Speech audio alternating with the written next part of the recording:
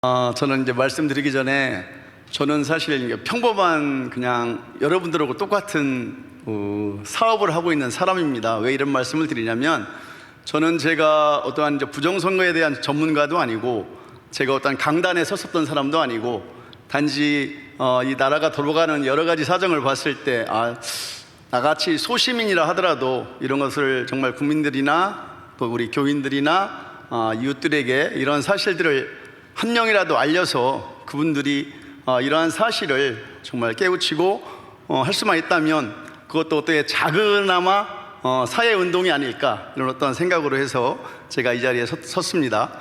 여러분들이 생각하기에 저는 이 부정선거, 특히 대한민국에서 일어나는 이 사전투표가 굉장히 심각한 문제입니다. 왜 그러냐면 금방 이제 총장님께서도 그 이재명식 성공이라고 얘기를 했는데요, 사실은 이것도 부정선거에 기인하는 겁니다. 왜 그러냐면 이재명이란 사람이 결국은 그 수많은 죄를 짓고 방탄을 위해서 국회의원에도 출마를 하고 당대표도 되고 이러한 여러 가지 일들이 정상적인 우리의 사고를 가진 사람이라면 어떻게 저런 사람이 국회의원이 될 수 있고 당대표가 될 수 있을까? 사실 되면 안 되는 거거든요. 왜 되느냐면 여기에 부정이 개입이 되기 때문에 되는 겁니다. 그렇기 때문에 저들은 다음을 무서워하지 않아요. 국민을 무서워하지 않아요. 왜? 내가 아무리 깽판을 쳐도 아무리 폐악질을 해도 난 다음에 또 국회의원 되고 당대표가 되고 잘하면 0.73%로 졌는데 다음에 나올 수만 있으면 내가 대통령이지. 지금 아시죠?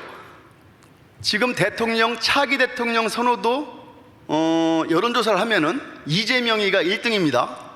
여러분들 알고 계세요? 얼마나 놀라운 대한민국입니까? 그럼 결국은 이런 것들로 인해서 정말 학생들, 청소년들의 가치관이 흔들리고 저희들 같이 평범하게 사는 기본적인 지식을 갖고 있는 사람들조차 모든 가치관이 흔들리는, 송두리째 흔들리는, 결국은 나라가 부패하고 망하는 그 길로 들어서는 것이 이러한 부정선거에 기인한다고 저는 보는 사람입니다.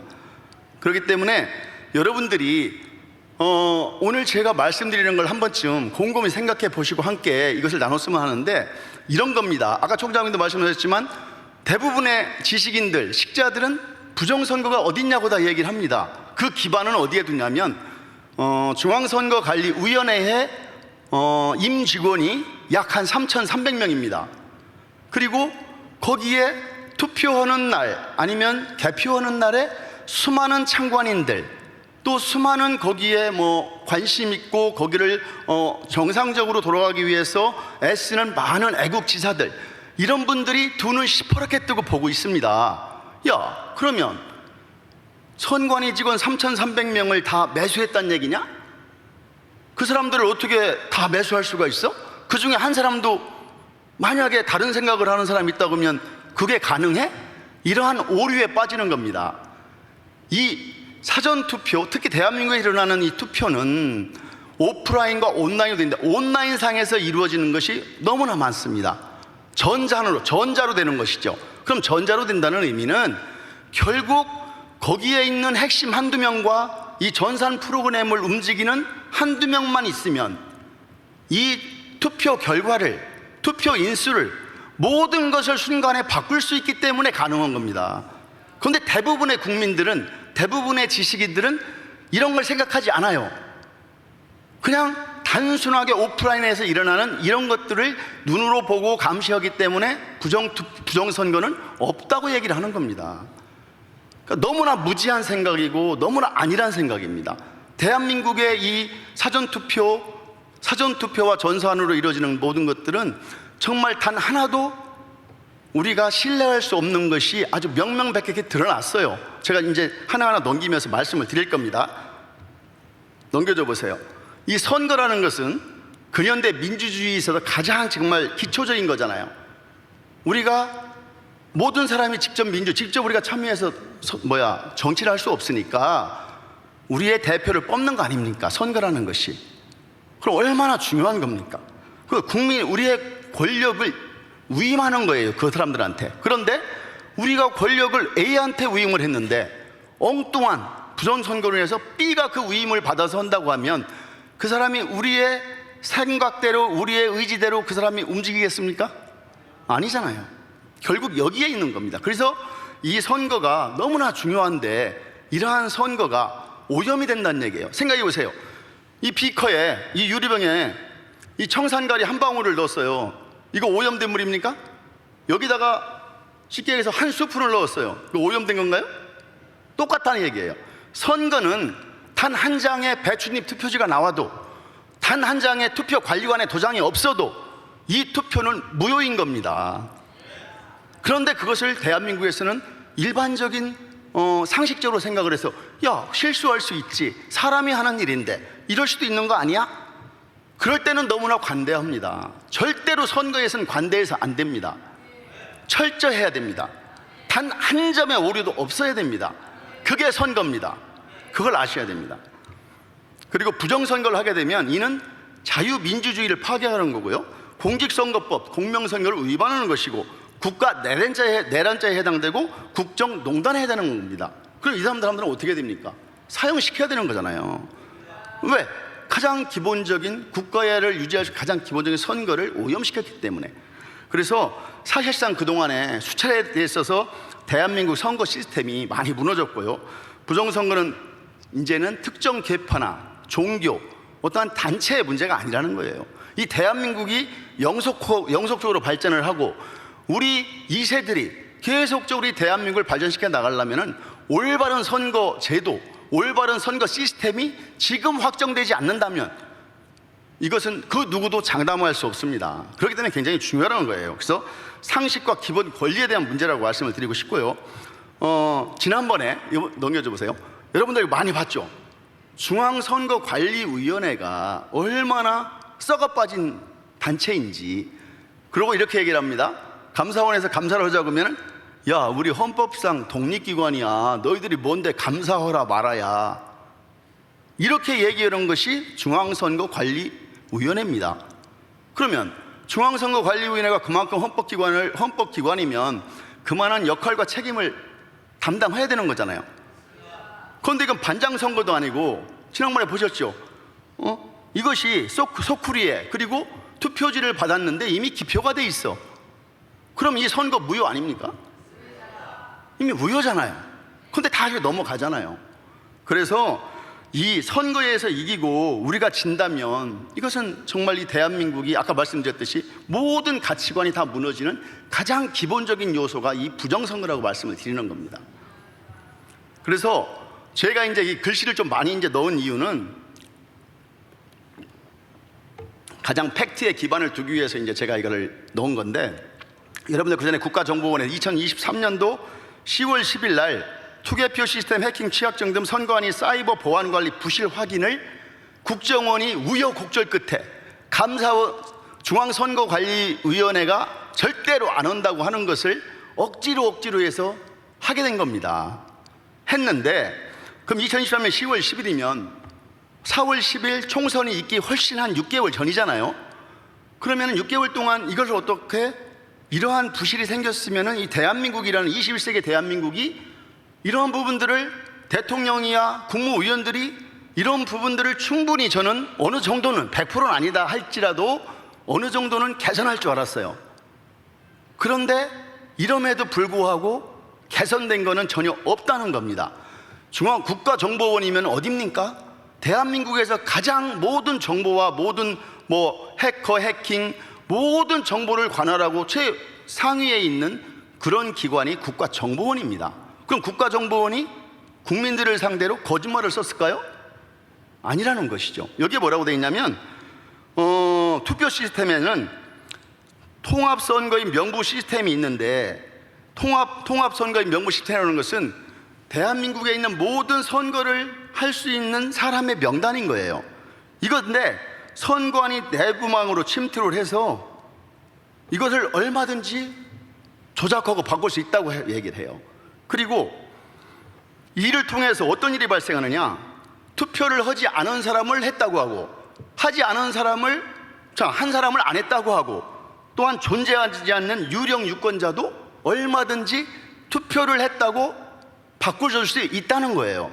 이게 국정원의 얘기였어요. 작년 10월 10일 날. 그리고 이 내부 시스템에 침투를 해가지고 사전투표를 우리가 하잖아요. 사전투표를 똑같이 QR코드가 똑같이 찍혀있는 사전투표지를 수백 장, 수십만 장, 수천만 장을 얼마든지 출력할 수 있다는 거예요. 똑같은 투표 용지를. 상상 가세요? 이게 중앙선거관리위원회예요.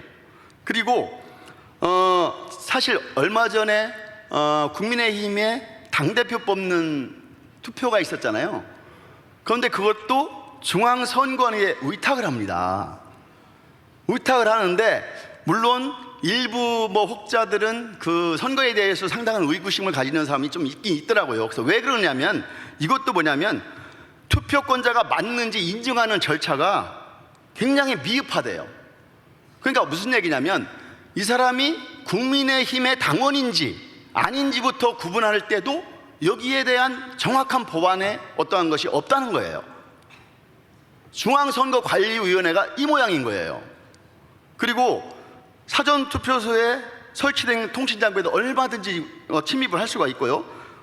그리고 넘겨줘 보세요. 개표 시스템을 보면 개표 결과, 우리가 이제 투표를 했으면 개표를 하잖아요. 개표 시스템은 안전한 내부방에 설치 운영하고 접속 패스워드, 이제 우리가 비밀번호가 있어야 되잖아요. 관리해야 되는데 보안 관리가 미흡해서 해커가 이 개표 결과, 여기는 국민의힘이 100표를 얻었어, 여기는 더불어민주당이 90표를 얻었어, 이러면은 이조차도 내가 반대로 바꿀 수가 있다는 거예요. 이거 제가 하는 얘기가 아니에요. 국정원이 하는 얘기입니다. 국정원이 하는 얘기예요. 그리고 투표 분류지도 비인가 USB를 연결해 가지고 얼마든지 해킹이 가능하다는 거예요. 무선으로도 가능하고. 이것이 개표 시스템의 2023년 10월 10일 기준 대한민국 중앙선거관리위원회의 개표 시스템이었었어요. 그 다음에 시스템 관리라고 있죠. 시스템 관리는 선관위의 전반적인 모든 시스템을 관장하는 겁니다. 여기에 가봤더니 전산망에도 얼마든지 침입할 수 있게 돼 있다는 거예요. 해커가. 이 전산망조차도. 그 시스템 관리가 엉망으로 되시다는 거예요. 그 당시에 들으셨나요? 혹시 패스워드가 1, 2, 3, 4, 5였다는 거 들어보신 적 있죠? 그러면 어떤 결과가 발생하냐면 우리가 이 해커가 예를 들어서 국정원에 침입을 해요. 그러면은 항상 흔적이 남습니다. 흔적이 남게 돼 있어요. 해커가 왜? 비밀번호를 모르니까. 그런데 비밀번호를 알잖아요. 그러면은 여러분들 은행에서 이제 PC뱅킹이나 이거 핸드폰으로 돈 이체할 때 본인이 비밀번호 넣고 뭐 넣으면은 내가 하는 거잖아요. 그럼 표시가 나요, 안 나요? 내가 했잖아요. 똑같은 거예요. 1, 2, 3, 4, 5번을 넣고 누가 해커가 된 제3자가 넣고 들어가서 어떠한 것을 조작하면 이건 아무도 몰라. 해커가 아니에요. 그거는 그냥 중앙선거관리위원회에서 한 거예요. 그런 결과를 발생하는 겁니다. 그래서 이 선관위는 모든 이런 부분들을 너무나 허술하게 했던 거예요. 비밀번호가 1, 2, 3, 4, 5가 뭡니까? 1, 2, 3, 4, 5가 말이 안 되잖아요. 그래서 그 당시에 2년간 그 당시에 국정원에서 계속 얘기를 한 거예요. 야, 북한에서 해킹 사고에 대해서 이렇게 얘기를 다 해줬는데 불구하고 야, 해킹할 수 있으니까 보완하세요 했어요. 전혀 반응하지 않았대요. 하나도 개선하지 않았답니다. 이 당시에. 그리고 2021년 4월경에 선관위 인터넷 PC가 북한 킴스키라고 들어보셨죠? 킴스키라고 가끔 여기 아마 방송에서 들었을 수 있는데, 킴스키 조직의 악성 코드에 감염되어 상용 메일함에 저장된 대비 문건 등 업무 자료와 인터넷 PC 저장 자료가 유출된 것도 국정원에서 확인을 한 거예요. 야, 보완 좀 해라, 보완을 했는데도 아무것도 안 한 거예요. 선관위에서. 그래서 선관위가 개량평가를 했는데 얼마나 웃기나 보세요. 2022년도에 주요정보통신 기반시설 보호대책 이행 여부 점검을 했는데 자기들이 자체적으로 100점을 줬어요. 우리 100점이에요. 우리 아주 참 잘하고 있어요. 이렇게 100점을 줬어요. 그런데 합동보안점검팀이 31개만 평가를 한 거예요. 해보니까 31.5점이에요. 31.5점이 어떻게 해요? 낙제잖아요. 다음에 학기 다시 들어야 되죠? 그렇잖아요. 자기들은 100점이라고 평가를 했는데 실제로 해보니까 31개 항목만 했는데도 31.5점이에요. 이게 중앙선관위라는 겁니다. 21세기 대한민국의 헌법기관이라고 주장하는 중앙선관위의 위치입니다. 그래서 그 당시에 또 한 가지 더 놀라운 사실은 이 정보보호 전문 서비스 기업을 쉽게 얘기해서 제대로 된 기업을 선정을 해야 되는데 무자격 업체를 선정을 한 거예요. 자격도 없는 보안업체를 중앙선거관리위원회의 모든 서버와 모든 시스템을 관리하는 보안에 대한 업체로 지정을 했다는 거예요. 이게 있을 수 있는 일입니까? 자기들 월급 자기들 돈으로 돈 줍니까? 국민 세금으로 다 주는 거잖아요. 왜 이렇게 합니까? 이들을 어떻게 해야 됩니까? 그래서 그 당시에 조선일보에서도 조선 칼럼으로 구멍 뚫린 선거관리 해법은 무엇인가 해가지고 세계는 지금 디지털 선거 우려, 캐나다, 호주, 미국서도 중국과 러시아 선거 개입 혐의가 있고 독일에서는 지방선거 무효 선언도 했고요. 그 당시에 한국 선거 전산망 취약성이 심각하고 이래서 대만과 독일은 아날로그로 전환을 했고 우리도 전면 수개표 방식을 고려를 해야 된다.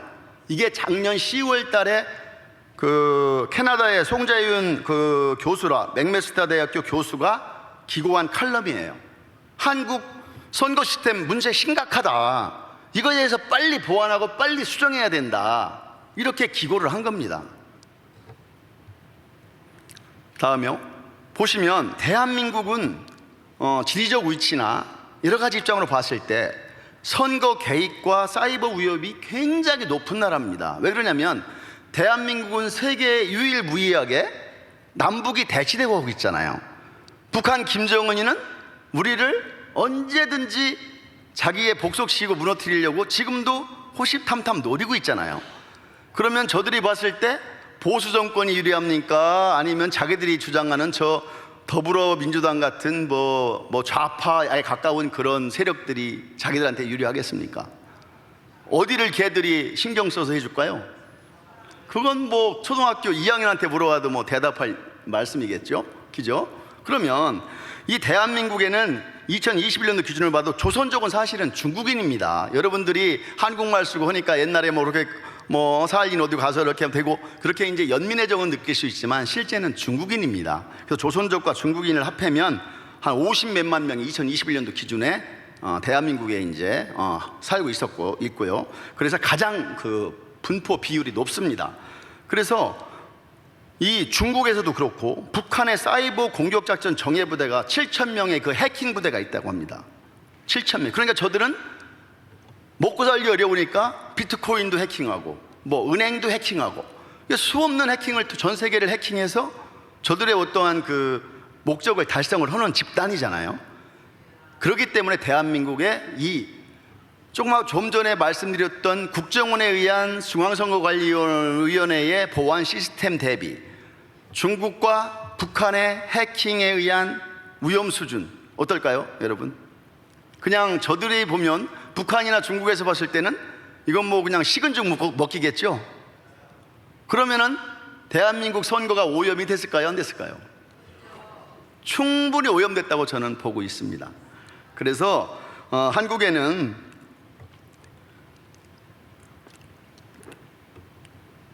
여러 가지 친중적으로 한국 학교에도 공자학원도 있고 등등 여러 가지 이제 많은 그런 부분들이 이제 문제가 되고 이제 그렇게 하기도 했었습니다. 그래서 대한민국은 정말 최근에도 여러분들 북한에 넘어간 휴민트 그런 사람들이 다 유출돼 가지고 물론 해킹과는 좀 관계는 없지만 그분들이 다 총살당한 것도 알고 계시죠? 문재인 정부 시절에 그것을 복사해 가지고 휴민트 명부를 복사해서 유출하는 바람에 반 이상이 다 이렇게 총살을 당했다 하더라고요. 그리고 오늘 보니까 전북대학교에서 32만 명이 개인정보가 털렸다고 합니다.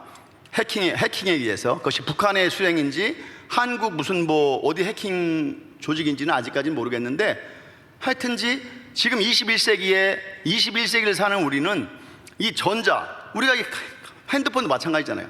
이 모든 것이 전자화되어 있단 말이에요. 자동차조차도 거의 AI, 아까 챗GPT, 그게 다 전자에 의해서 그 반도체 칩에 의해서 모든 것이 기본적으로 일어나는 일들이 전자로 하다 보니까 그런 일들이 일어나는 거거든요.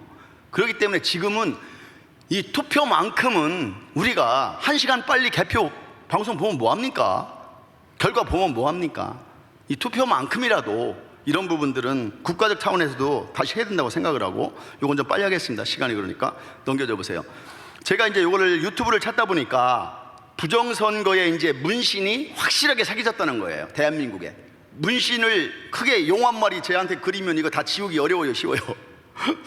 어렵잖아요. 흔적이 남을 거잖아요. 그래서 이번에 22대 총선에서 부정선거의 문신이 확실하게 새겨졌다고 합니다. 여기 내용을 지금 소개를 하면은 시골촌부라는 유튜버가 선관위 통계를 분석한 자료에 따르면 선거인 수가 인구수보다 많은 행정동이 79개였대요.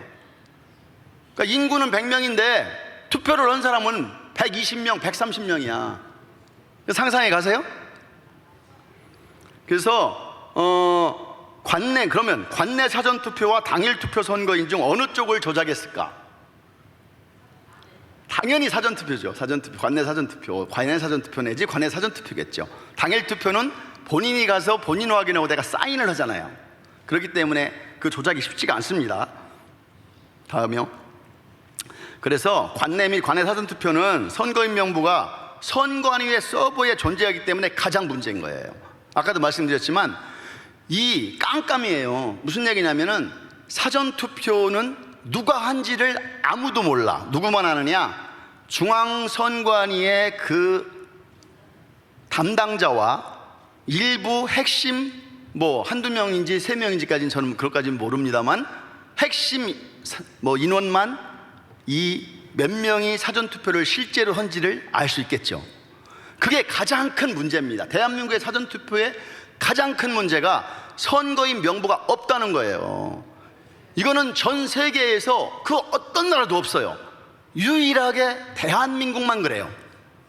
이렇게 투표를 하는 나라는 단 한 나라도 없습니다. 대한민국만 그렇습니다. 이게 가장 큰 문제라는 겁니다. 그래서 조금 아까 얘기했듯이 국정원이 사망한 사람이나 존재하지 않는 사람이 투표한 것을 만드시다가 조금 아까 제가 보여드렸잖아요. 이분도 그렇게 이제 얘기를 하고 있어요. 유령 투표가 현실로 등장했다고 얘기를 하는 겁니다. 그래서 6개 동네의 통계를 확인해 보니까 한결같이 관내 사전투표자가 당일 투표자보다 많았대요. 그리고 지난 총선이 원래 전국 투표율이 67%, 사전투표율은 그것의 절반이 안 되는 31.3%였는데 이 사람이 조사한 바에 의하면 6개 동네는 다 사전투표가 훨씬 높았대요. 당일 투표보다. 왜 그런 일이 발생하느냐면 그런 이유는 왜 그러냐면 이 사전투표자 수를 부풀려야만, 선거인 수를 부풀려야만 조작이 가능하기 때문인 거예요. 무슨 얘기냐면 확정된 선거인 수를 그대로 두면, 확정된 선거인 수를 그대로 두고 조작을 하다 보면 투표율이 막 90%, 95%가 돼버리는 거예요. 그럼 사람들이 의심할 거잖아요. 아니 무슨 대한민국이 북한도 아니고, 물론 농담 삼아 얘기하면 최근에 대한민국도 거의 북한화 되었더라고요. 조국당은 90몇 프로고 이재명이는 무슨 한 88%, 87%, 82% 막 이렇다고 하더라고요. 사실 이거는 자유민주주의를 하는 나라로서는 정말 있을 수 없는 그런 투표율이잖아요. 그래서 이들이 선거인 수를 부풀릴 수밖에 없는 거예요. 그리고 기권자를, 그런데 또 기권자를 투표로 한 것으로 만들면 되는데 이게 4, 5일 전에 일어나고 당일 투표만 기권자가 있지 사전투표는 기권자가 없잖아요. 그렇기 때문에 이들이 사전투표에서 늘리지 않으면 안 되는 거예요. 그래서 선거인 수를 많이 부풀리다 보니까 이런 사태가 발생을 하는 겁니다. 그래서 이분은 부정선거의 문신으로 이것이 확실하게 찍혔다, 확실하게 문신화됐다, 이렇게 주장을 하는 겁니다. 그래서 요약하자면 사전투표자 수를 부풀리기 위해서 선거인 수를 부풀렸고, 부풀린 사전투표를 민주당에 몰아준 결과 사전투표 민주당 압승 공식과 범야권 192석을 만들다 보니까 지금 저러한 입법 독주, 입법 폭거, 어마어마한 범죄에 가까운 일들을 서스럼 없이 서슴지 않고 저지르고 있는 것이 이 부정선거로 인한 것입니다.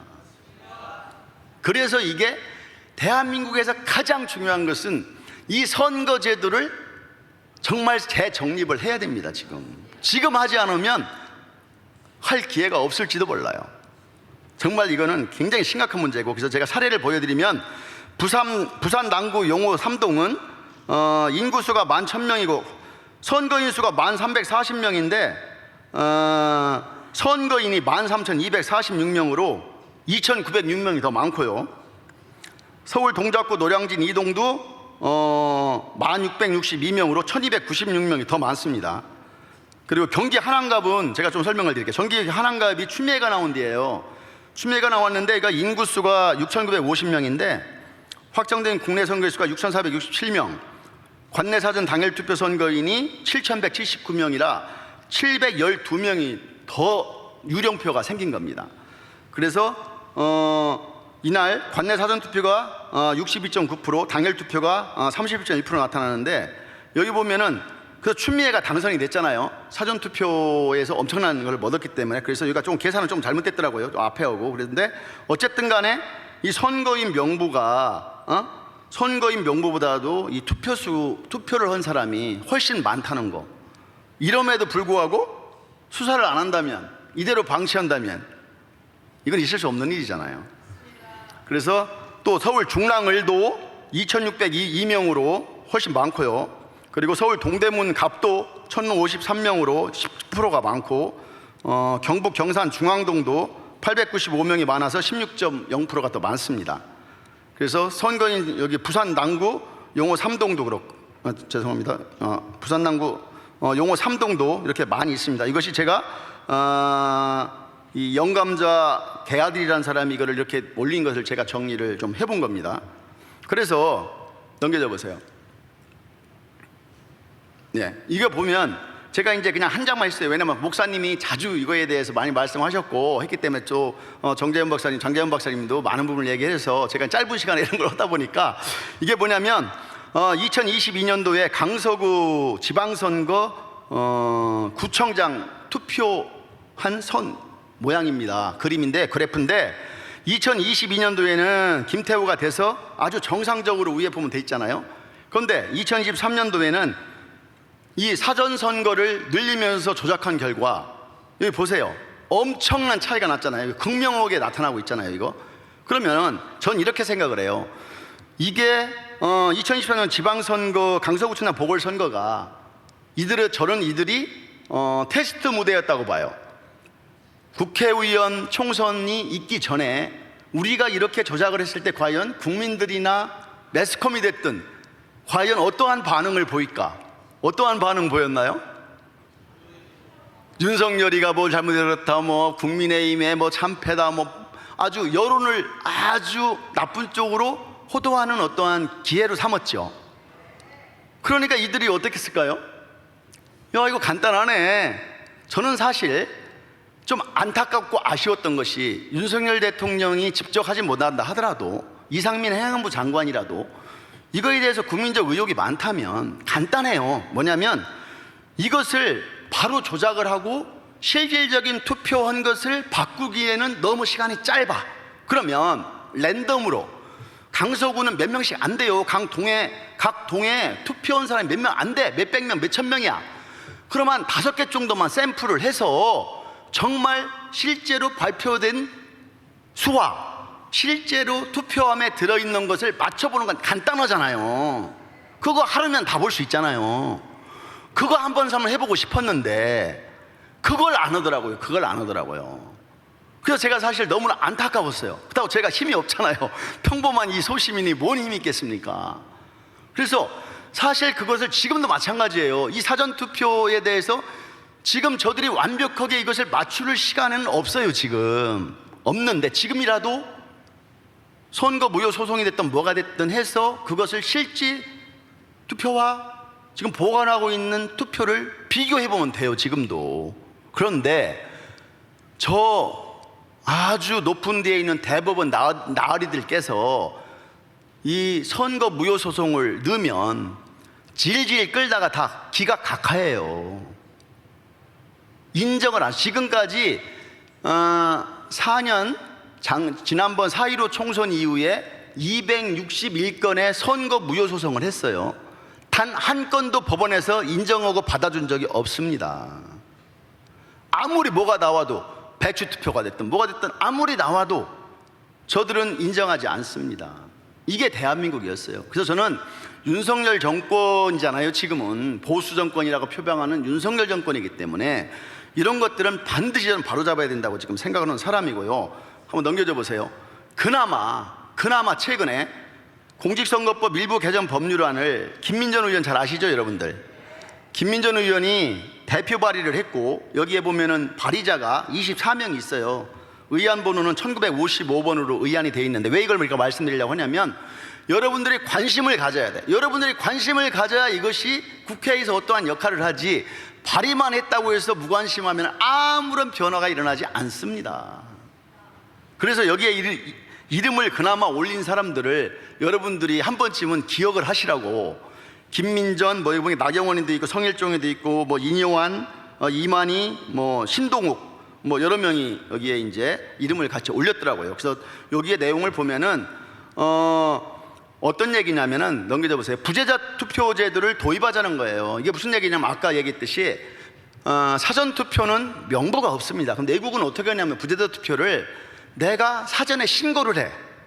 나는 이번 투표에서는 부재자 투표를 하겠습니다. 그러면은 내가 사인하고 해서 내 이름이 올라가. 그럼 무슨 얘기냐? 그 명부가 작성이 되는 거예요. 그러니까 부재자 투표를 하겠다는 사람이 명부가 작성이 돼. 그럼 당일날, 그날 부재자 투표하는 날 가면은 몇월 며칠 날 신청을 한 개똥이가 와서 진짜 하나, 이거 확인을 하는 거예요. 그럼 거기서 조작할 수 있어요, 없어요? 없잖아요. 이렇게 하자는 거예요. 지금 외국은 이렇게 하고 있어요. 그래서 그렇게 하기로 했다면, 그래서 부재자 투표 신고 명부를 만들자는 거고요. 그래서 여기에는 이 명부를, 부재자 투표 명부를 확인하자는 거고. 넘겨줘 보세요. 다시 넘겨줘 보세요. 넘겨줘 보세요. 그래서 핵심은 여기에 사전 투표 제도를 폐지하자고 아예 못을 박았어요. 그래서 이 법률이 정말 통과만 된다면, 우리가 그렇게 애달고 애쓰고 걱정하고 한 모든 것들이 이렇게 될 수 있잖아요. 사전 투표만 폐지한다면. 그래서 여기에 디테일하게 아주 많은 법률을 개정하고 만드는 것이 돼 있어요, 지금. 그리고 부재자 투표 기간은 뭐 6시부터 8시까지 2시간을 더 늘리자는 거예요. 그리고 개표는 감독하에 투표소에서 투표하고서 바로 개표하자는 거예요. 왜 들고 왜 왔다 갔다 하냐 이거예요. 왔다 갔다 하는 와중에 어떻게 무슨 일이 생길지, 그리고 왜 그 쓸데없는 비싼 노동력을 왜 거기다 허비를 합니까? 그 자리에서 하면 되지. 왜 옮기고 차로 가고 뭐 경찰관이 대동하니 많이, 왜 CCTV 설치해서 하고 그런 짓을 왜 합니까? 그냥 그 자리에서 개표하면 돼요. 대만처럼. 어려운 거 아닙니다. 그래서 우편으로 송부된 부재자 투표 이런 것들은 그렇게 해서 최종 결과를 발표하는 걸로 돼 있고요. 그리고 넘겨져 보세요. 그래서 개표는 투표소에서 투표 결과와 개표소의 개표 결과를 합계하여 최종 개표 결과를 공표하도록 했어요. 그리고 만약에 했는데 0.5% 차이가 났어, 두 사람이, 그러면 좀 잘못될 수도 있잖아요. 그래서 그거는 재개표를 실시하는 걸로 아주 합리적으로 돼 있죠. 그것이 지금 현재 김민전 의원 이하 24명이 대표 발의한 그 법률이기 때문에 여러분들이 이걸 좀 관심을 가지시고 적극적으로 홍보도 하시고, 또 이것이 법률이 어떻게 진행되는지 좀 간간히 좀 확인도 하시고, 그래서 국민 여론을 조금이라도 형성하신다면 훨씬 더 좋은 결과가 나지 않을까 하는 그런 바람이 있습니다. 물론 이제 시작에 불과할 수 있지만, 김민전 의원 이번에 반드시 통과된다는 법은 없어요. 왜냐하면 저들이 192석을 가지고 있기 때문에 나한테 이로운 제도를, 시스템을 갑자기 바꾸려니 생각은 안 듭니다, 저도. 하지만 이것을 시초로 해가지고 이것을 기반으로 해서 계속적으로 한 번, 두 번, 세 번 하다 보면은 이걸 얼마든지 바꿀 수 있지 않은가 그런 생각을 합니다. 넘겨줘 보세요. 그래서 여론 형성이 적극적인 국민 참여가 필요한데, 저도 이제 안타까운 게 이런 겁니다. 대한민국의 윤석열 대통령이야 수많은 사람들이, 저보다도 훨씬 많은 정보와 저보다 훨씬 똑똑하고 많은 사람들이, 참모들이 있는데 왜 이 사전투표 제도에 대해서, 부정선거에 대해서 그렇게 많은 국민들이 정말 도로에 나와서 그 떼약볕에서 그렇게 외치는데 왜 저들을 외면할까요? 그래서 저도 많은 생각을, 저는 이제 가끔 서쳐서 생각하는 것들이 물론 있습니다. 그래서 저는 어떤 생각을 하냐면, 조금 위안이 된다면, 그 사람들을 조금 인정해 준다면, 이 보수라고 하는 사람들, 이런 사람들은 뭘 생각하냐면 다음을 생각합니다. 내가 이거를 했을 때 다음에 이게 불법적인 요소가 있는가? 내가 나중에 징역 갈 일이 있을까? 그래서 이 윤석열 대통령이 검찰총장 출신이잖아요. 문재인 대통령은 보셨죠? 자기 마음대로 다 하는 거. 자기들 거기 사이트에 뭐라고 쓴지 아세요? 인이 마음대로 해, 이렇게 써 있었어요. 인이가 누구예요? 문재인이었어요. 문재인의 그 닉네임이 인이었어요. 인이 마음대로 하라고 거기 써 있었어요. 인이 마음대로 해. 마음대로 했잖아요. 한 번도 경험해보지 못한 나라를 만든다고 하더니 만들었잖아요. 유일하게 약속 지킨 게 그거잖아요. 한 번도 경험해보지 못한 나라. 그런데 보수들은 안 해. 조금만 불법적인 요소가 개입되면 움직이질 않아요. 아까 말씀드렸죠? 중앙선거관리위원회가 헌법기관이라고. 윤 대통령이 지금 만약에 그에 대해서 어떻고 얘기를 하면은 저 거야가 192석을 지금 부정선거가 됐던 당선된 그들이 직권남용이라고 탄핵하자고, 지금도 탄핵하자고 난리인데, 저런 얘기를 하면은 바로 탄핵하자고 할 겁니다. 직권남용은 탄핵 사유에 해당될 수도 있을지도 모르잖아요. 그렇잖아요. 그래서 결국은 국가 권력이 헌법의 기본 원리를 침해할 때 그 복종을 거부하거나 실력 행사를 통하여 거부할 수 있는 권리가 바로 국민 저항권입니다. 그래서 우리가 알리고, 필요할 때는 모이고, 외치고, 쉽게 진정서도 내고, 쉽게 연판장에 이름도 써주고, 이렇게 해야 되는 겁니다. 그래서 다음에요. 그래서 경찰, 감사원, 검찰, 대통령실 등에 이러한 것을 될 때까지 해야지 어떡합니까? 그렇잖아요. 낙숫물에 바위가 뚫어진다고 하잖아요. 해야지 어떡합니까 우리가. 그래서 지금 현재 다행인 것은, 아까 우리 목사님께도 말씀하셨지만, 그전에는 이 선거법으로 선거무효 소송을 하면은 대법원에서 합니다. 이 재판이 1심, 2심, 3심이 이제 대한민국은 3심제로 되어 있지만, 선거무효 소송은 대법원 한 심만 합니다. 그러니까 대법원에서 깔아뭉개면, 또 더 재밌는 것은 대한민국이 얼마나 웃기냐면 중앙선거관리위원장이 대법관이에요. 그럼 무슨 얘기예요 그게? 그 밥에 그 반찬이잖아요. 한통 속이잖아요. 그게 문제인 거예요 또. 그러니까 저들이 선거무효, 선거 관련 소송은 또 법에 6개월 안에 끝내라고 못이 박혀 있어요. 그런데 저들은 6개월이랑 그만두고 3년, 4년 동안 그냥 질질 끌다 기각시켜요. 어떻게 합니까? 저들을. 국민이 깨어나야 됩니다. 방법이 없습니다. 그래서 윤석열 대통령이 정말 이 부정선거에 대해서, 그리고 이제 제가 말을 하다 말았는데, 이번에 아까 그 장재현 박사께서 한 것은 선거 무효 소송이 아니라 이거에 대한 그 사기 등으로 아마 제가 한 걸로 알고 있고요. 그렇기 때문에 저것은 대법원에서 하는 게 아니라 형사소송법상 형법에 의해서 하는 것이고, 그렇기 때문에 경찰에서 1차 수사를 하고, 경찰에서 만약에 이것이 범죄 혐의가 있다고 한다면 기소 의견으로 검찰에 올립니다. 그럼 검찰에서 이것을 다시 검토를 해서 이것이 정말 기소에 죄를 지었다고 인정이 되면은 그것을 다시 한번 참고인이나 고발인 조사를 하고 해서 재판에 넘기는 거고요. 만약 이것이 좀 부족하다, 미흡하다 하면 내용을 적어서 보완 수사를 다시 내려보냅니다. 그래서 경찰에서 이러이런 부분이 부족하니까 다시 수사를 하세요 하는 경우도 있고, 또 자기들이 직접 야 이거는 간단한 거야, 이것만 확인되면 바로 처분이 가능해 하면은 자기들이 직접 불러서 그거를 마무리해서 재판에 넘깁니다. 재판에 넘기는 것을 우리가 구공판이라고 합니다. 구공판. 그게 재판에 넘어갔다는 뜻이에요. 죄가 인정이 돼서 재판에 회부를 했다는 거예요. 그러면 그때부터 재판에서 1심, 2심, 3심까지 가는 거예요.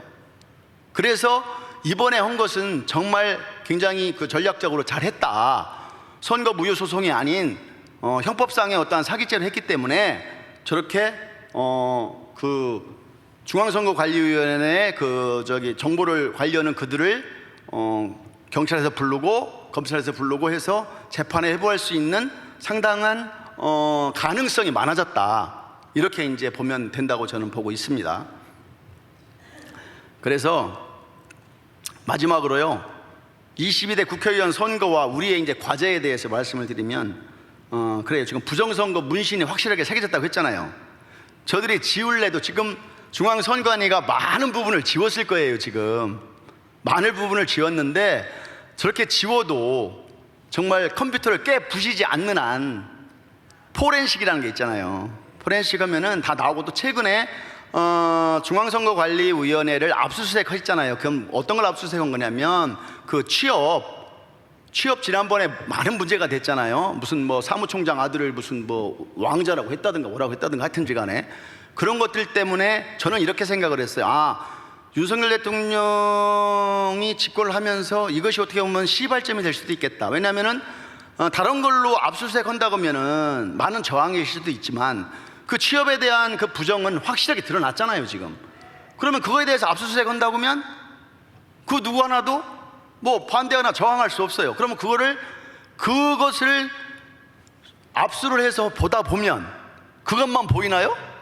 부정선거에 대한 것도 분명히 어떠한 자치가 문신이 새겨지지 않을까, 저는 그런 기대를 하고 있었고요. 또 이번에 이제 기소 의견으로 송치가 돼서 압수수색하고 등등 정말 중앙선거관리위원회 서버만 압수수색 해가지고 그것만 포렌식 할 수 있다면 솔직히 좋은 거 아닙니까? 아무 게 없어. 아니 해보니까, 포렌식 해보니까 부정이 없어. 그럼 모든 국민적인 어떤 불신이 해소되는 거잖아요. 또 있어. 그럼 있으면 깔끔하게 정리할 거 하고 앞으로 더 나아가야 되겠죠. 그렇잖아요. 아니, 모든 국민들을 위해서 좋은 거 아닙니까? 당연히 해야 되겠죠. 그래서 이런 문신을 보고도 국가 권력이 정말 진실을 파헤치지 않는다면 이건 반국가 세력의 일당 독재의 길을 활짝 열어주는 꼴이 되고요. 최근에 보셨잖아요. 정청래 국회의원하고 최민희인가요? 과방위 위원장 됐죠? 과방위 위원장하고 정청래는 법사위원장 됐죠? 이재명이한테, 제가 보기에는 이재명이한테 서로가 잘 보이려고 더 막말을 막 다 하고 있더라고요. 저들은 그런 것 같아요. 이렇게 부정선거 내지 이런 어떠한 정상적인 방법으로 되지 않다 보니까 저런 오만방자한 짓을, 아무리 무슨 짓을 해도 다음에 또 될 수 있으니까 저는 상식적으로도 이해할 수 없는, 제가 시간이 갔지 언제 한 말씀 드리면, 여러분들이 최근에 이준석 방통위원장 임명 청문회가 3일 동안 열렸잖아요. 그러면 저들이 가장 꼬집은 게 뭐예요? 빵값.